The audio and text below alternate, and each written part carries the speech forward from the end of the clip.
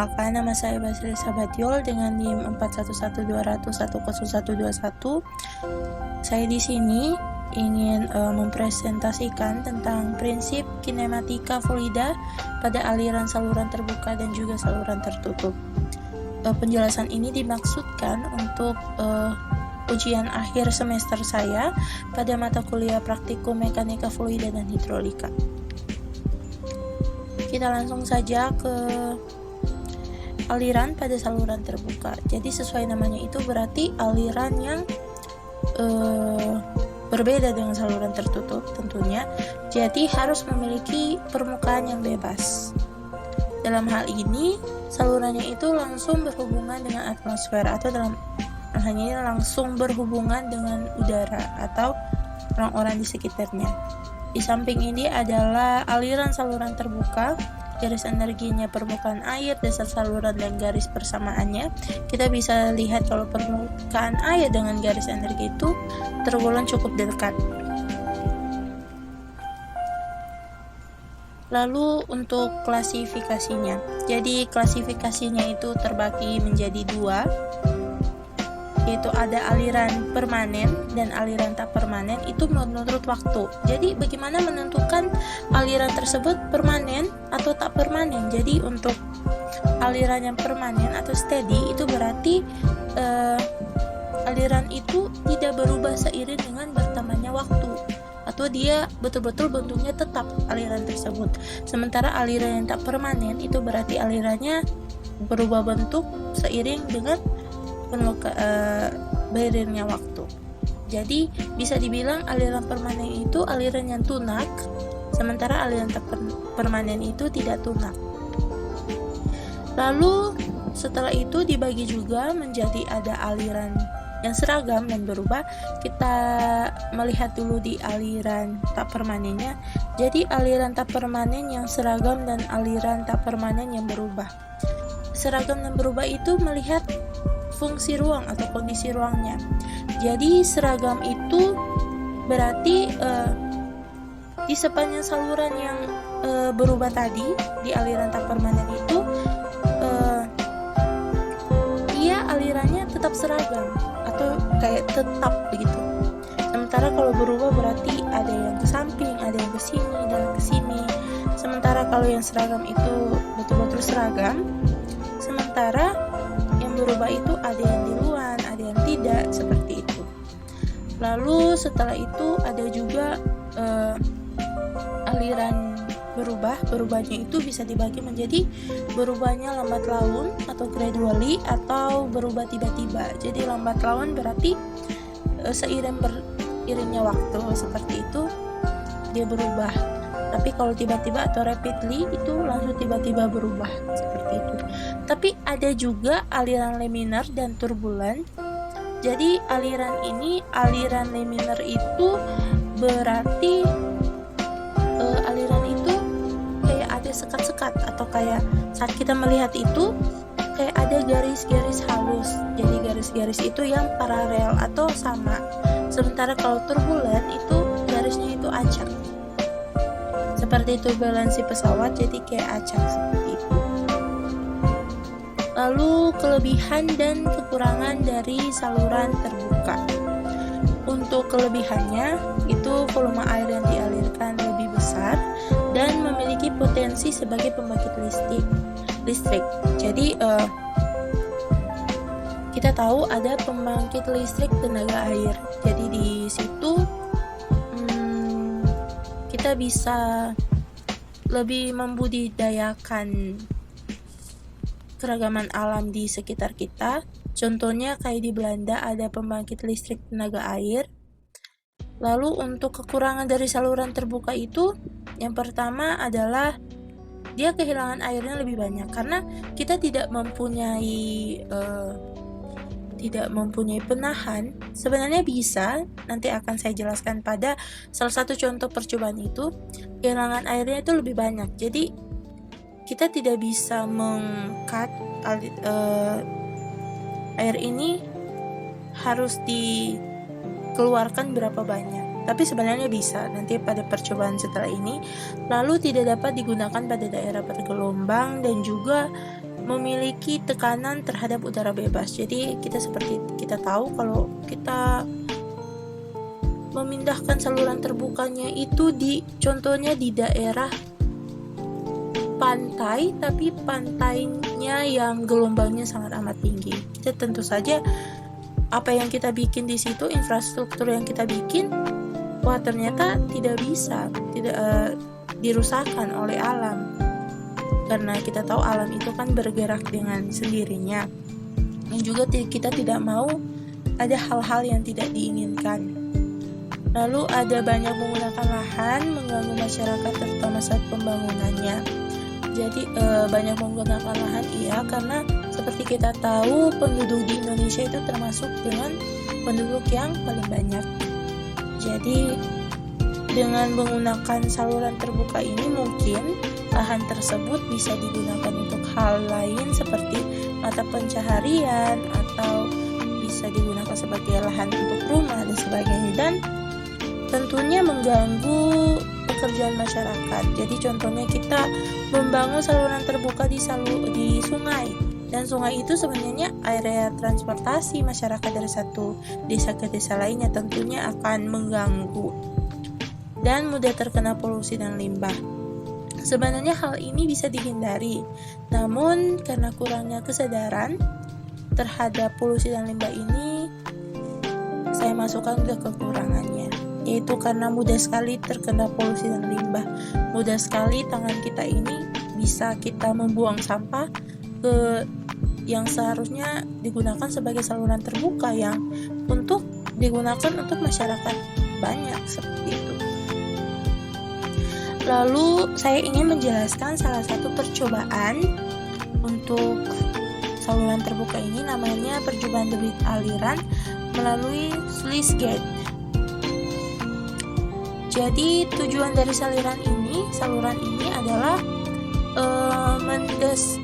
mendemonstrasikan pintu sorong.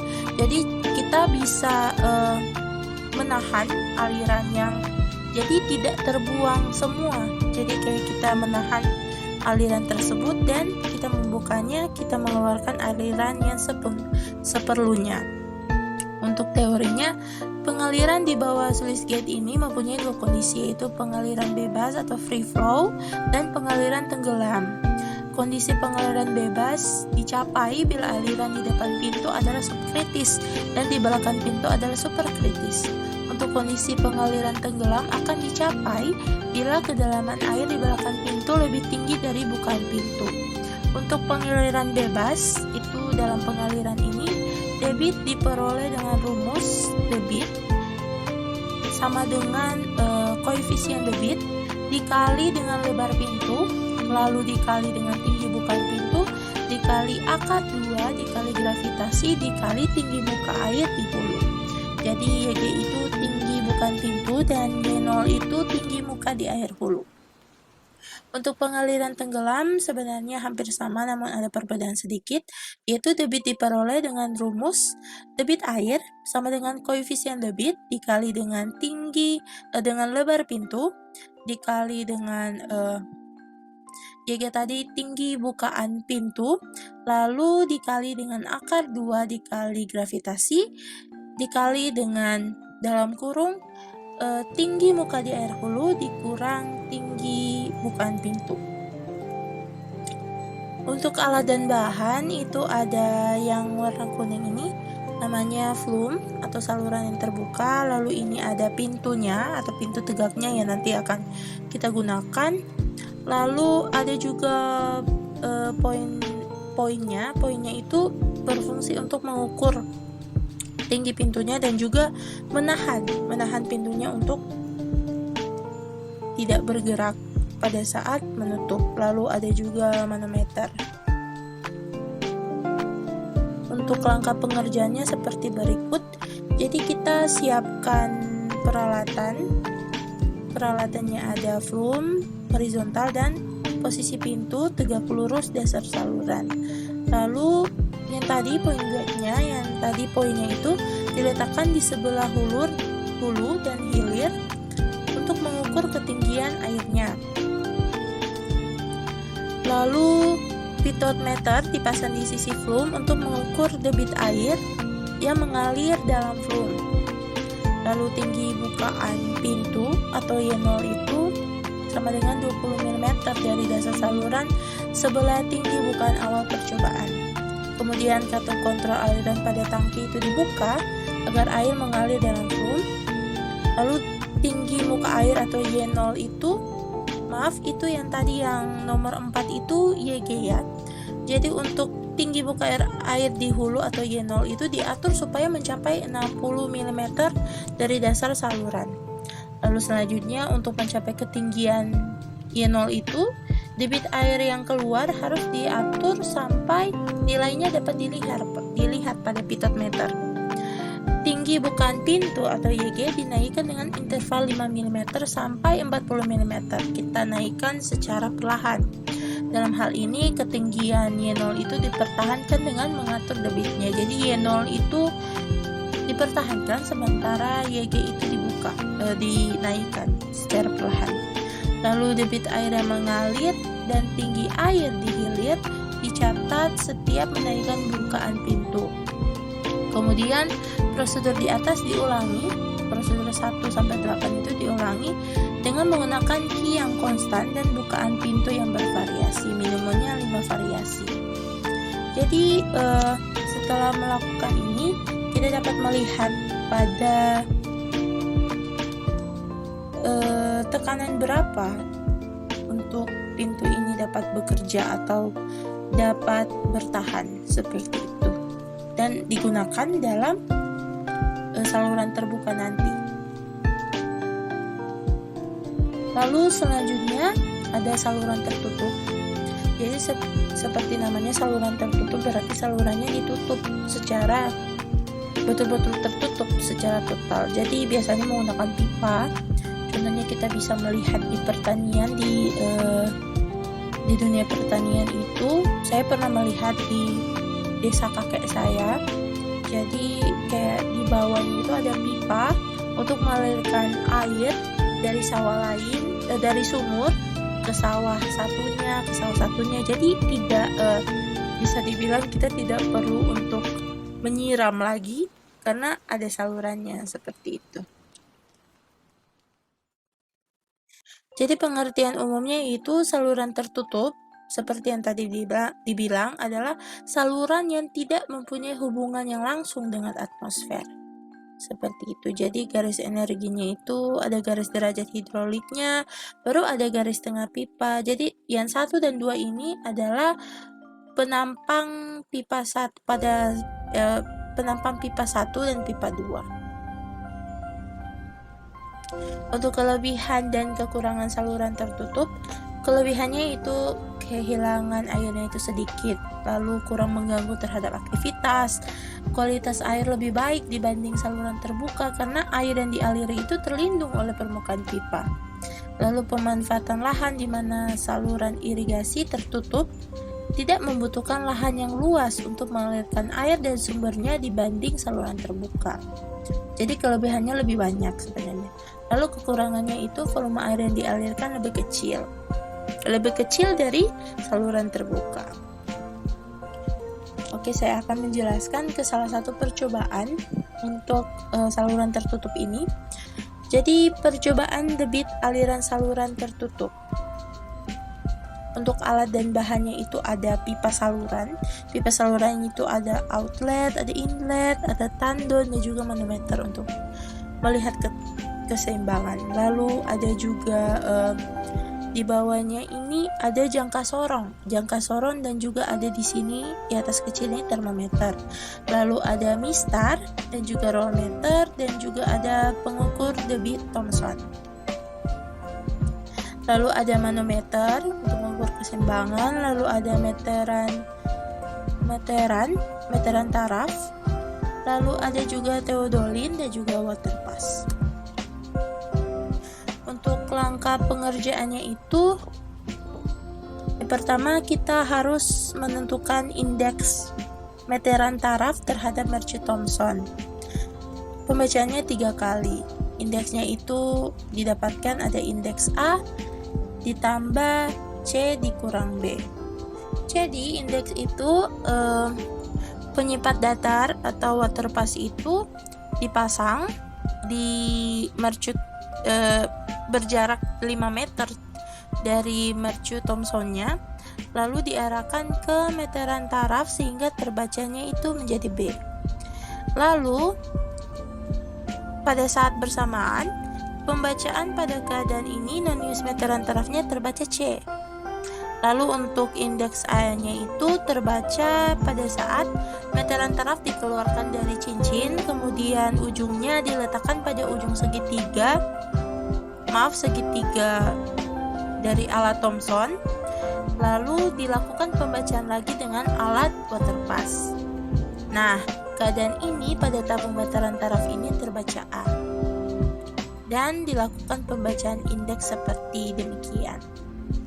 Lalu selanjutnya adalah mengukur diameter pipa. Jadi diameter pipa ini diukur dengan jangka sorong yang tadi, baik diameter luar maupun diameter dalam, untuk mengetahui tebal pipa. Lalu jaraknya itu jarak dari tabung pipa ke tabung pipa lain dilakukan dengan menggunakan voltmeter. Ketiga yaitu mengalirkan air dari satu reservoir ke reservoir lainnya, lalu menentukan apakah aliran tersebut aliran bebas atau tidak bebas atau tenggelam. Jadi aliran bebas itu berarti aliran yang pada saat mengalir itu dia tidak tertahan di tengah-tengah, dia langsung mengalir dengan bebasnya. Sementara aliran tidak bebas itu dia kayak kedudukannya tepat di atas diameter pipa keluaran, kayak ada penahannya. Sementara kalau tenggelam itu berarti muka air pada reservoir 2 itu berada kedudukan jauh di atas pipa keluaran, sehingga air yang mengalir itu terhalang oleh muka air pada reservoir 2. Lalu kita melakukan pembacaan muka air manometer, lalu juga melakukan pembacaan tinggi muka air hulur dan hilir. Lalu setelahnya kita mendapat mengukur nilai-nilai untuk proses pengolahan data. Jadi tadi kita mendapat apa? Kita mendapat tinggi air pada alat ukur Thomson, lalu ada koefisien debit juga, ada kemiringan, kemiringan garis hidrolik, garis energi, lalu kehilangan tinggi tekan, lalu ada jenis aliran, kontrol debit, jenis saluran, dan yang terpenting kita mendapatkan debitnya pada alat ukur Thomson.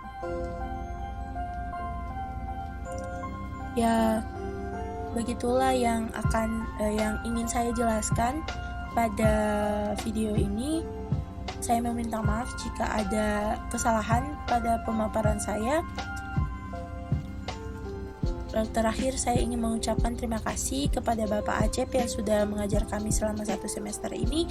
Semoga materi yang diberikan dapat berguna bagi kami untuk ke tahap selanjutnya, yaitu semester yang lebih menantang lagi.